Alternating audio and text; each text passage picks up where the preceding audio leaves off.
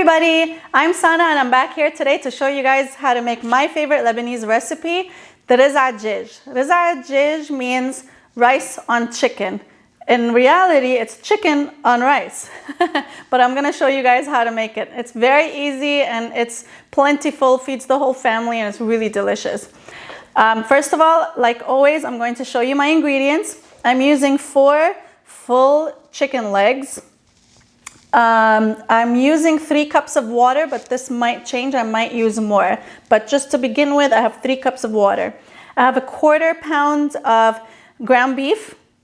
And you can use 80-20 or lean beef, whatever you want, whatever you guys prefer. I have a bunch of nuts. This can be up to like your preference, but I really like to use almonds, cashews, some walnuts and pistachios, and these nuts I'm going to use on the as a topping on top of my rice. I'm also using, of course, salt and pepper. I'm using some aromatics that I'm going to add to my chicken when it's boiling. And again, this you can customize this to your liking. But for this recipe, what I use is cinnamon sticks, cinnamon bark. Okay, I use cardamom pods, the green ones. I use bay leaves, dried bay leaves, some salt, and whole peppercorns. This is going to make our chicken really aromatic and delicious. I have another bunch of spices that we're going to use to flavor our rice.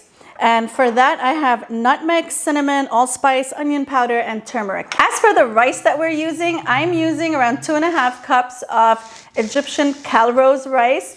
A lot of people like this recipe with long grain basmati rice. Again, this is according to your preference. I really like the starchier and fattier small rice, which is the calrose, but a lot of people like a less starchy and a fluffier rice like the basmati, but this is whatever you like. My final ingredient is my family's secret ingredient, and that is walnuts. Walnuts that we grind up in this little machine. We actually puree it and add it to our beef and rice mixture. This is something that I don't know a lot of other people that use this in their Lebanese riza jij, but my family has always used it, and it creates this beautiful, deep and rich color and this amazing flavor. So in this machine, I've already ground up or pureed a handful of walnuts. Oh, excuse me. I've already ground up or pureed a handful of walnuts. This is the consistency I'm going to show you. I'm going to show you the consistency. You want to grind it up as teeny tiny and as pureed as you can. Take a look at that.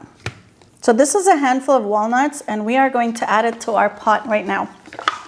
We're going to start with our chicken. So I've got this deep pot here. I'm adding just regular vegetable oil. This is probably around 3 or 4 tablespoons. And I'll turn on my stove to a really, hot. I'll wait until the oil is hot enough, and I'm going to add my chicken. I'll give it some color first. Then, this is not to cook it fully. This is just to add some color. And then I'll add the water and all of our aromatics and boil the chicken in all of this for a good 30 minutes. Now that our oil is hot, we're going to hit it with this chicken. And I'm putting it skin side down because that's what I want to brown. It's the skin. I can only fit 2 of the legs in this pot, so I'll get these browned for a couple of minutes, and then I'll add the other 2 and hit it with some water. While my chicken is getting browned, I'll add my ground up walnuts, as you can see, to around a 1/4 cup of vegetable oil in another skillet.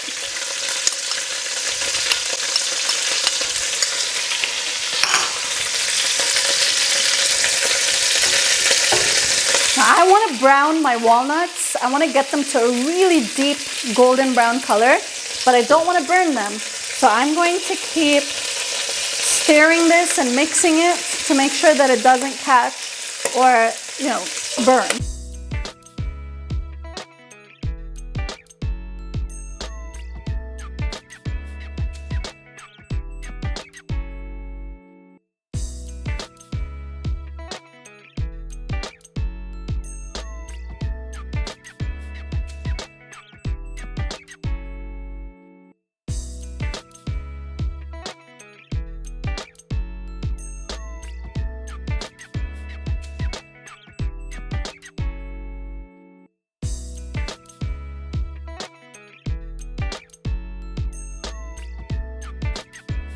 Our chicken got some really nice brown color on its skin. Well, I'll go ahead and add some water. I have 3 cups here, but I might add some more. I do want the water to cover the chicken completely.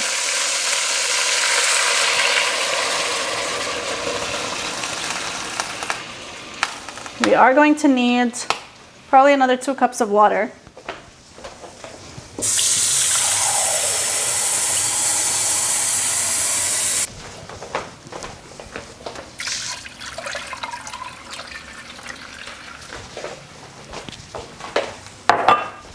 Now that my chicken is covered and well on its way to boiling, I'm going to add some of the aromatics that I mentioned. I've got salt, whole peppercorns, I've got bay leaves, green cardamom, and some cinnamon bark. I'm just gonna dump all of this in here, and this will really help that chicken get some really good flavor. Now we can forget about this chicken for a good half an hour as it boils and cooks, and we're going to use the stock to flavor our rice.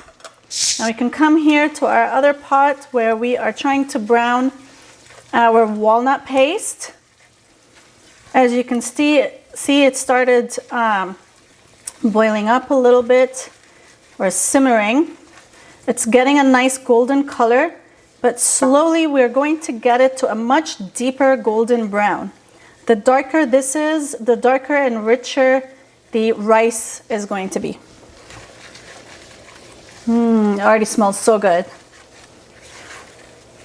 Now we're not adding any of our flavors yet. We will only add the flavors when we add the beef, the ground beef. For now, we're just trying to get some really beautiful color on this walnut paste.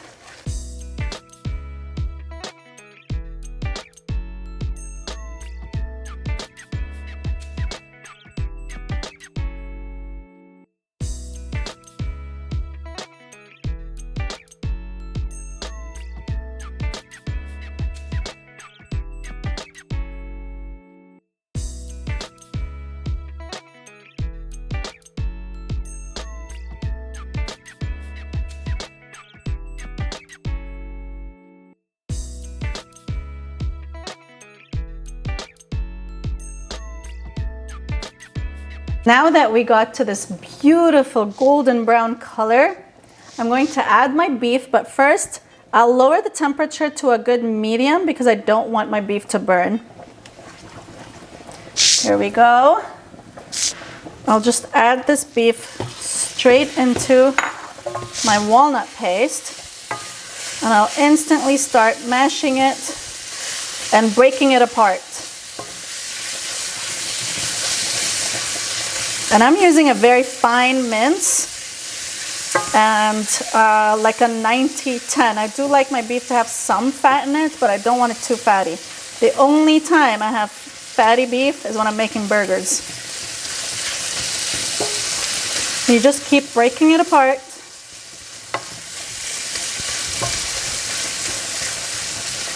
And once it's kind of browned, we're going to add some water and all of our flavors. Essentially, I'm going to use the chicken stock that I'm preparing here to flavor this beef and the rice. But for just a little bit, I need to add some water just to make sure that my flavors are marrying. So I'm going to add probably around a half cup, not more, just to cover the beef. And now that I have this, I will go ahead and add all of my spices.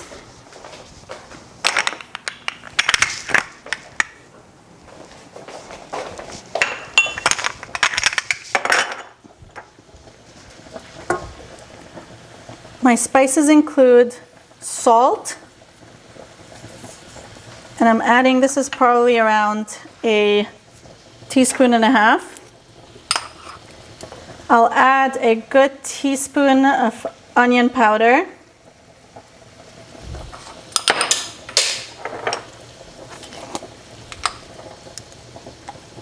I'm adding a teaspoon and a half of nutmeg, probably around 2 teaspoons.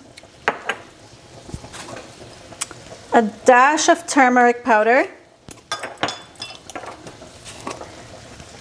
A half teaspoon of cinnamon powder.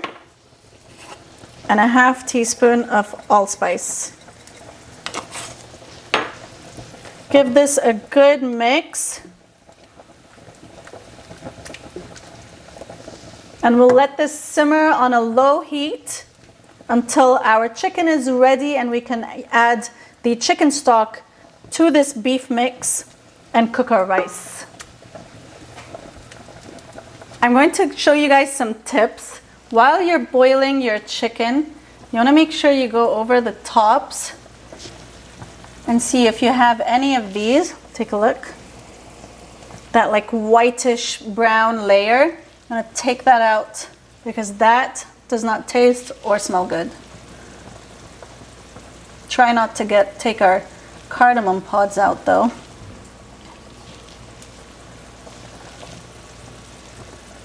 There you go. Now while we wait for the chicken to get ready and the beef mix to get ready, I'm going to show you guys what I like to top my risotto with. I'm using around like a tablespoon of butter. And I'm going to fry up all of my nuts in this. Now, since some nuts are, take less time to cook than others, I will start with my almonds. Just plop them straight in there. And I'm just going to stir fry these to get them nice and crispy and a little bit golden in the butter.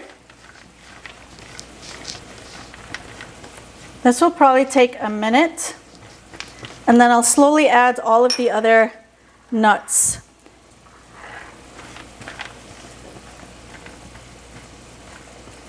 You can also roast these in the oven if you don't want to use any fat or any butter, but this does add to the flavor. While this is getting nice and roasty and toasty, we're going to check on our beef mix. Take a look at this. All of these spices are marrying each other and creating a really deep and delicious flavor. And once that chicken stock is ready, we're going to add that chicken stock to this mix and add the rice on top. And that rice is going to taste so good.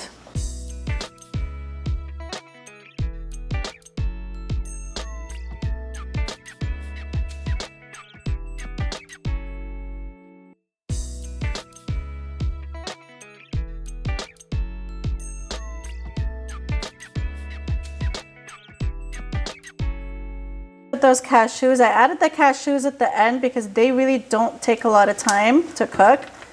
You can hear that sizzle. They're all coated really nicely with that butter. And as soon as it gets a little more color to it, I'm going to take these off the stove and just on a plate, and we'll wait until we're done with our dish, and we're going to add this on top of the rice. It's going to add such a beautiful, crunchy, and delicious layer to our dish. I'm almost ready to add this rice in. Like I said before, I'm using an Egyptian Calrose rice, but you can use basmati. For the Calrose rice, I like to soak it for at least an hour or two before using it. In fact, this has been soaking for a good 3 hours. What I do is just when I wake up in the morning, I know I'm going to cook this, I soak it from the morning, and then I know that whenever I'm going to cook it, it's going to be ready. But if you're using basmati, you could easily just do this for half an hour or an hour. Basmati is not as starchy, so it doesn't need this much soaking. I just turned off the heat from my chicken because it is ready. It's nice and tender. I'll use that stock. Try not to get any of the cardamom pods or anything in there. And I'll add it to my beef mix. And this is going to flavor our rice.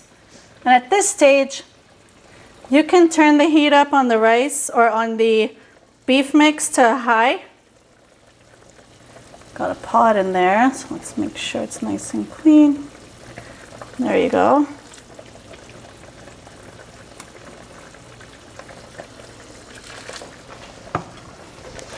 Give this a good mix, and you can add your washed rice into this mix.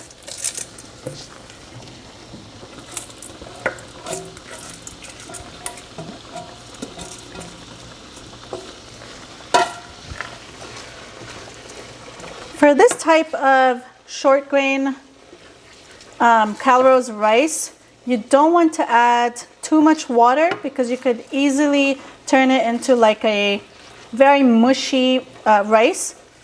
To make sure that it's still nice and fluffy and that your rice is still separated, you want to add just enough water to cover the rice plus around like a knuckle, the first knuckle. So maybe that's around an inch.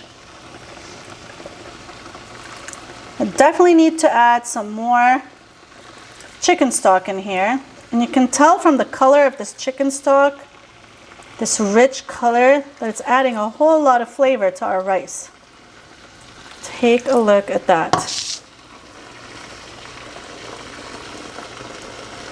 This should be enough water. As you can see, it's around half an inch to an inch above the level of the rice. We're going to cover our rice and let it cook on high for around 3 to 5 minutes. You want to make sure that once it's drying out and you don't see so much water or stock in it, to turn it down to your lowest setting and let it steam and cook for 20 minutes.